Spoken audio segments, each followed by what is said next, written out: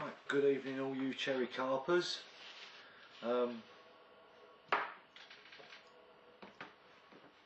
Second part of my Q&A that I'm doing on my own whilst we're in lockdown. I hope everyone's out there and everyone's safe. I think we'll start off with something a little bit more spicy tonight rather than cups of tea. Do like a spicy one, and I do like winding people up, which just adds to the fun. Yeah, so we're at Chateau Krakow tonight for night number 2. Like I say, some of the questions that have come in have been a little bit risque, and I thought I'd start the video on one of them today. It's a conversation that's come up several times on the forum, and just as often it's been either shut down or thrown off, whichever way you want to look at it really. So I thought I'd start on this just as much to clear up my views on the subject as anything else, because people seem to be getting a little bit confused as to what I'm trying to say about the subject. So let's go to the first question, which is from my mate Iain Fordham. Should I be allowed to fish during the lockdown? Right, my opinion, although it's completely irrelevant on the subject, but my opinion is based not on your rights, not on my rights, not on a fisherman's rights to freedom, nothing to do with all that. My views are purely and simply based on those that are allowed to go out and those that are not, and the activities that are allowed. On a daily basis I see people jogging past in groups. Now I live in a small village now.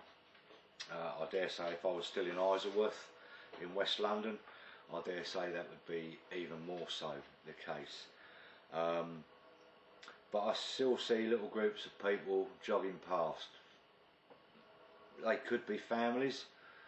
Not many people have that diverse a family, but you know, this is Norfolk, so it could well be, you know, a little bit of inbreeding going on, who knows. So I see groups that I'm pretty sure are not family units or from one household going past on a regular basis. I also see regularly grown men in lycra cycling around in groups of 4 or 5. Now, are these all the same family and all from the same household? We're talking people in their 40s and 50s that are cycling around here. I'm sorry mate, if you've got 4 blokes living in, like 4 45, 50-year-old blokes living in one house, that's one strange Norfolk household. Yeah, I mean, Norfolk's got a great reputation for that sort of shit, but come on, let's be honest, 4 45-year-olds in one household? Come on, that's not happening. So, my only thoughts on whether we should be allowed to fish aren't based on my own greed, if you like, my own disregard for rules and regulations, which I have a few. It's purely based on those people that I see about. Given that exercise is allowed, and I dare say people in London are seeing it a lot more than me, where parks are absolutely packed with runners who have bought themselves some shorts and decided to go out and catch some sun. I can't see how that is safer than fishing. I cannot see it. I'm not going to say you should be allowed to go fishing, Ian. I'm not saying you should not be allowed to go fishing. I think every adult needs to make their own decision themselves. But I can see the stupidity, if you like, of a country that is supposedly trying to cut down on the chances of infection spreading by allowing people to go to a park and jog or cycle around, and they're doing so within a metre and a half of each other. They're passing hundreds of people as they're running around and around the park, and you've got to question that sanity, I'm afraid. I personally feel that sitting at the side of a lake where you may see 3, possibly 4 other people in the whole weekend over a 48-hour period, not just one little jog around a park where you'll see 100. I can't see how that's less safe. I'm not going to say, like I say, I'm not going to say go fishing, don't go fishing. That's down to grown-ups to sort their own minds out. But yeah, I can see why the question is continually asked. I really can. Knocking through them tonight, just in case you were wondering. Steve Burrell, he asks a lot of questions. I think he needs a day out with Jim Shelley, mate. Learn fishing. That's what he needs. But we come to Jim Shelley later. Yeah, he needs a day out with Jim Shelley, I think. Anyway, Steve Burrell. Hi Steve, how you doing, mate? He asks, for carpers just starting out and buying ready-made gear from the shelf, what do I believe is the safest setup they can use? Given this a little bit of thought since I first read it, and to be honest, I would say a basic setup, very basic setup. I would go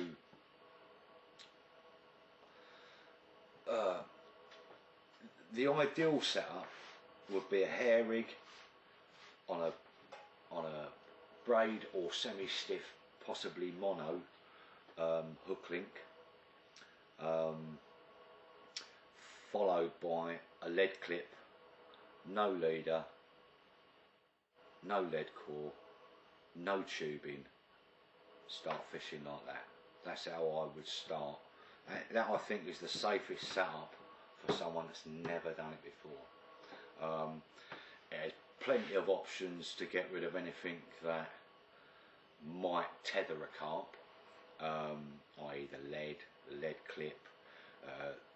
There's minimal amount of things like lead core for the inexperienced angler to get tethered up with, and it's a simple rig that you can learn overnight. I don't think I'd even bother teaching him pop-ups for the first few months until he's caught a few carp on the bottom. That's about as simple as you're ever going to get it, because at the end of the day it is a learning curve and it's a learning process. I don't think anyone should be trying to start at the top the way that the modern carp angler does. He wants to fish for £40 carp on day one, £50 carp on day two if possible, please. There's no idea of waiting around, I'm afraid. Going back to video 1 on when me and Stuart and Ian done our interview, something in there caught my eye, where we were discussing about the stocking of waters, and Ian said, you know, well, the industry needs to look at itself and say, you know, we're creating a market, if you like, for people that can't be bothered to wait. They don't want to wait to fish for 30s, they want to do it now. And I think this is a similar sort of thing. People want to start at the top, and I don't actually think it's down to the industry to sort that out. I think it's down to carp anglers to sort it out. Newbies coming into the game are missing out on so much. And I don't just mean, oh, lovely fun. I'm talking about so much of the skill and the learning and the struggle and learning about what carp fishing is. Carp fishing, it isn't about going out and catching 3, 4 carp, coming home and going, yeah, some 20s. It's not about that. Never has been. It's about pitting your wits against the most difficult fish there is. Yeah, second, if you count tench. Sorry, tench are more intelligent. But it's not about just going out and bagging up. That's match fishing you're thinking of. Don't go match fishing for carp. It's fucking stupid. It's about pitting your wits. It's about getting better at something. You know, the hunt. That's what it is.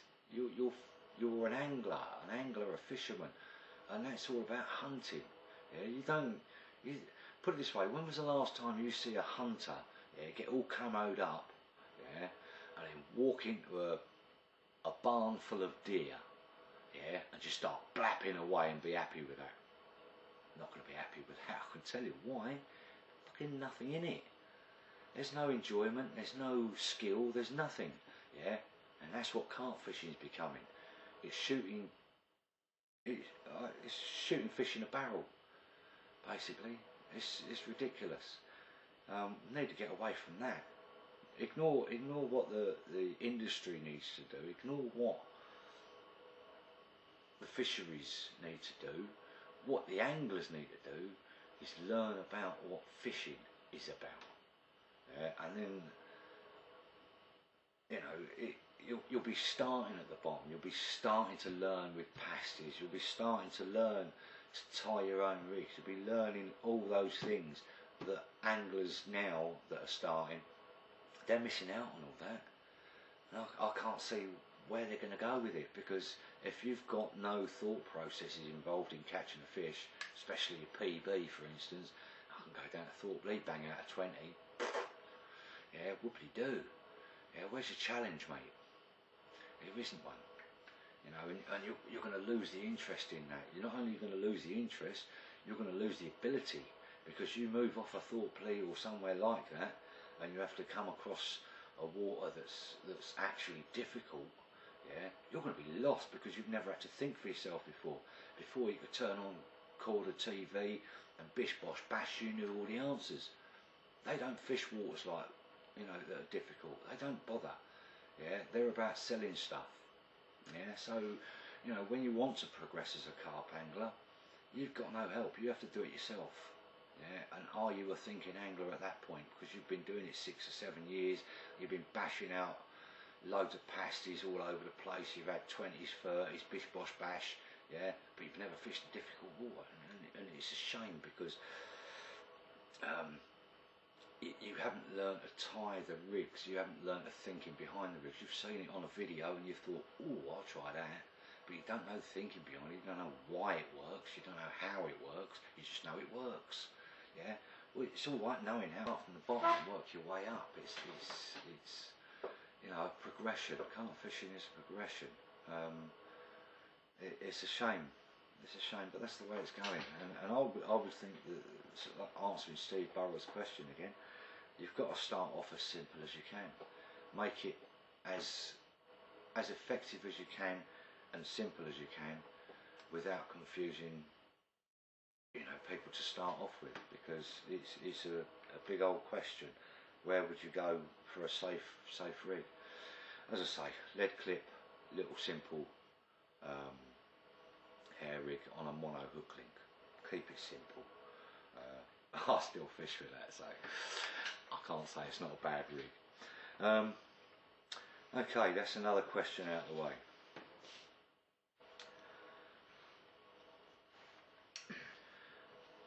On to another one. Lee Crane asks, what are your thoughts on distance sticks? He's got a second part to this question, which I quite like actually. What are your thoughts on distance sticks, and who is more opinionated, you or Chillcott? Right, my thoughts on distance sticks. Waste of bloody money. Get yourself 2 sticks, stick them in the ground, done. Save yourself 50 quid.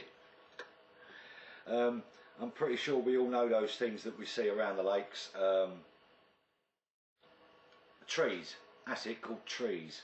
Yeah, on those trees grow sticks and things. If you snap a little one of those off and stick it in the ground, it does exactly the same job for 50, 60, 70, God knows how much money less. So what are my thoughts on how they work and what they do? They're great, they're brilliant. You can measure out a distance on the bank. I used to walk my lines out. I still do, to be honest. I can't be bothered to carry distance sticks. But I used to walk my lines out on the ground. Quite happy to walk 100 yards down the bank to a stick that I've stuck in the ground 100 yards down the bank. The places I type of places I fish, yeah, getting a bite in that sort of period of time is non-existent, I'm afraid. So yeah, I'm quite happy to walk my lines out, and I have done, still do. But the concept of putting 2 sticks 12 foot apart and walking them, basically waving them backwards and forwards to get your distance marked up, I think it's great, it's brilliant. I can do the same thing by pacing, so yeah, it's just an easier way of doing it. Personally wouldn't pay however much they are. I wouldn't pay 15 quid for it, let alone the silly money people are paying to get their super duper hyper mega quarter ones. Sorry mate, not worth it. I know I can go online and get a piece of aluminium for pennies. I just hammer that into the ground, sharpen it off at one end, hammer it into the ground, job done. It's exactly the same job. And who's more opinionated, me or Chillcott? I don't really follow Chilli. I've read a few of his bits and bobs. Depends what you mean by opinionated, really. If we're talking about something like the old what was it called, the Echo thingy, yeah, very strong views on that. So that's what I'm taking. That's the sort of thing we're talking about. Yeah, Echo. I think it was bloody half-hearted. Didn't go far enough. To me, it was wishy-washy, half-hearted attempt at trying to stop diseased fish getting put into lakes. Keep it real, brothers, yeah, but keep it real with the right fish, though, yeah. I've said before, I don't think that any fish should be stocked into a lake that is from a foreign area, and I don't mean foreign as in a different country. I mean foreign as in not in from that lake. If you want to stock your lake, think ahead, gather spawn in the spring, hatch it out in a hatchery, get it into a tiny little pond, let them grow on. When they're 5, 6, 7, 8 pounds after 3 years or whatever, start introducing them to your lake. You know, they're the same breed of fish and they've got exactly the same diseases, they've got exactly the same everything, so you know they'll fit straight into your fish lake, and the biodiversity of the lake won't change at all. You're not going to risk anything. I can't see the point of not doing that. Yeah, okay, great, it's a piece of piss getting it from somewhere else, ringing up your local stockist and saying, oh, I want 2 dozen, 20, 40, 80, whatever, carp, stick in my pond. Yeah, you can do that, it's a piece of cake, but you're always going to risk the originals by doing so. I don't think it's worth it myself. So is Chilli more opinionated? I think he's a bit half-hearted, to be honest. But I don't know. Echo's the only thing that I know he's sort of backed and been a part of, so I could be very, very wrong there.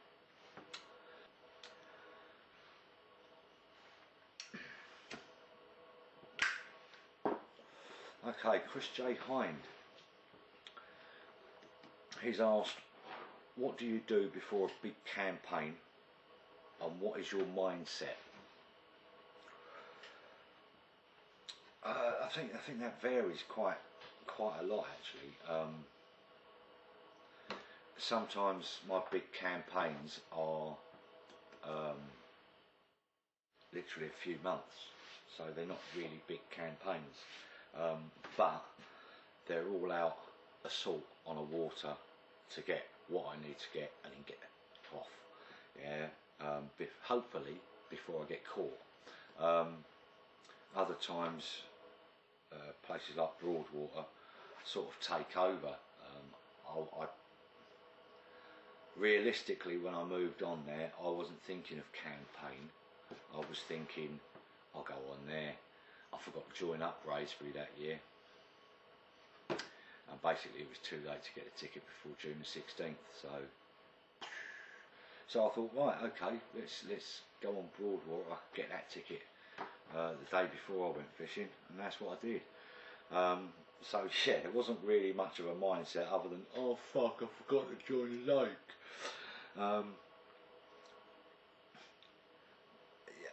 If I'm actually concentrating on a big campaign, I'll make sure I've got everything that I feel I need, probably months before I actually start fishing there.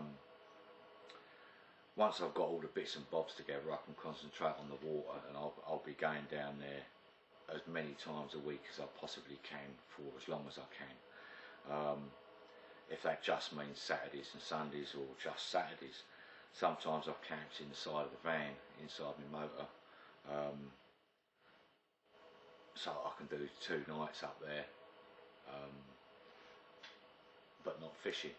You know, I'll park up just down the road, get the old camp bed out in the back of the van, go to kip, get up early doors again, preferably about 2-3 o'clock in the morning, back on the water, start viewing the lake again. But I'll watch the lake until I'm virtually asleep, dead on my feet, and then I'll crash back in the van again and do the same again the next morning. But yeah, I spend a lot of time looking at the water. When I'm actually fishing, I'm probably even worse, because I've already got my bed there. I don't have to walk all the way back to the van.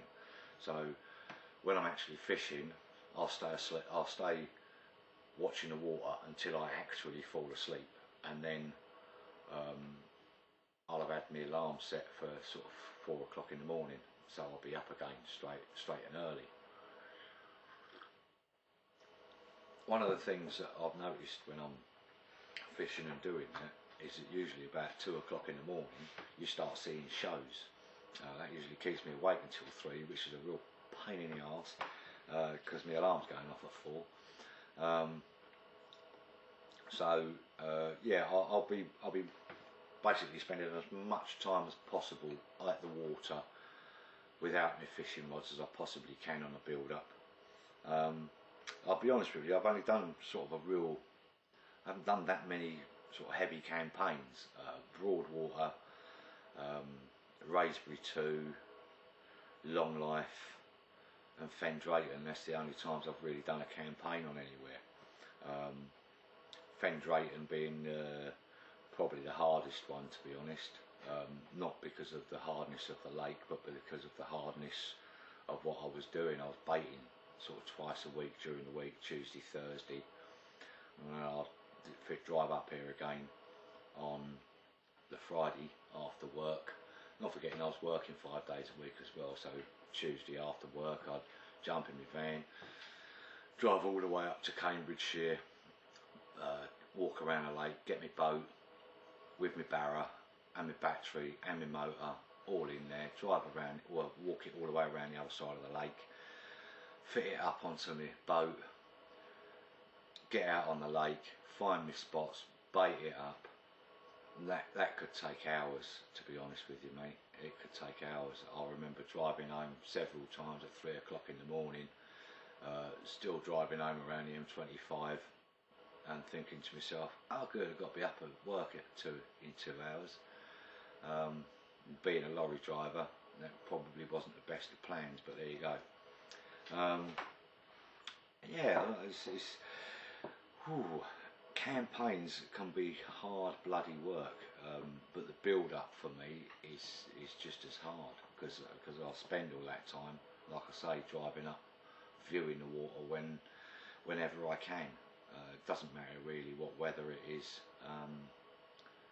I've got Gore-Tex coat, don't care, skin's waterproof. So yeah, what my mindset, what is my mindset?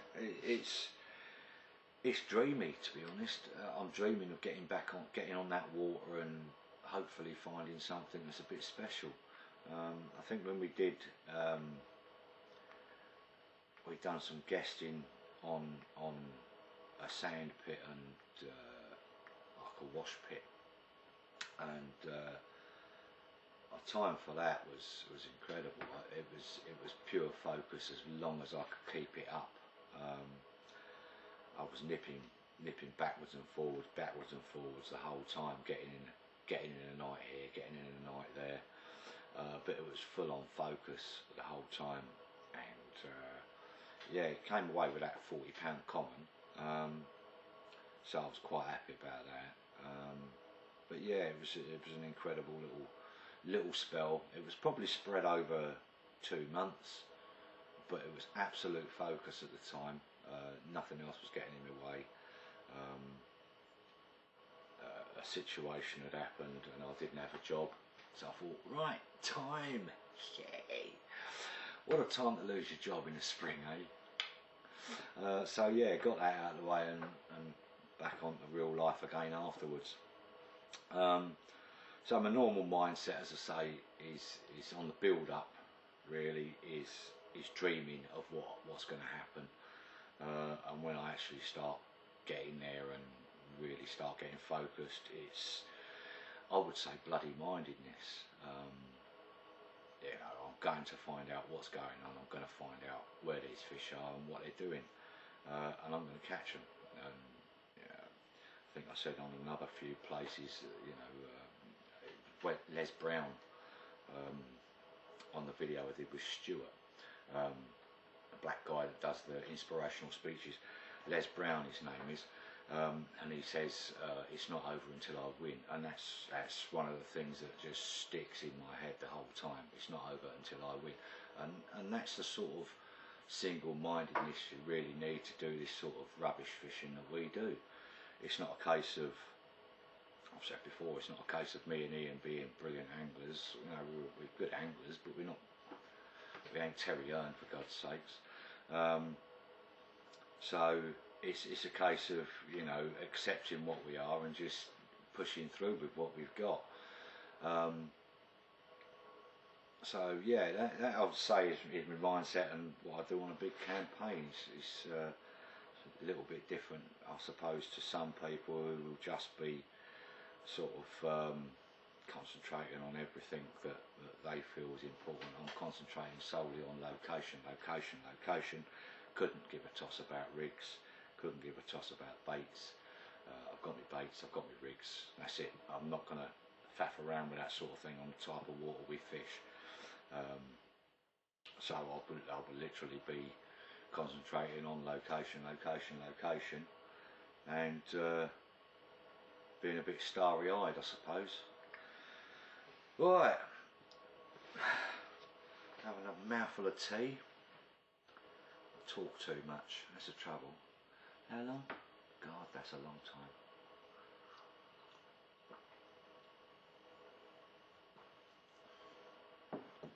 Right. Yeah, thanks very much for tuning in, so to speak, and I hope it's been a good one for you. Don't forget to stay safe, stay indoors, or go fishing, or do whatever you bloody want, because I don't care. Good night.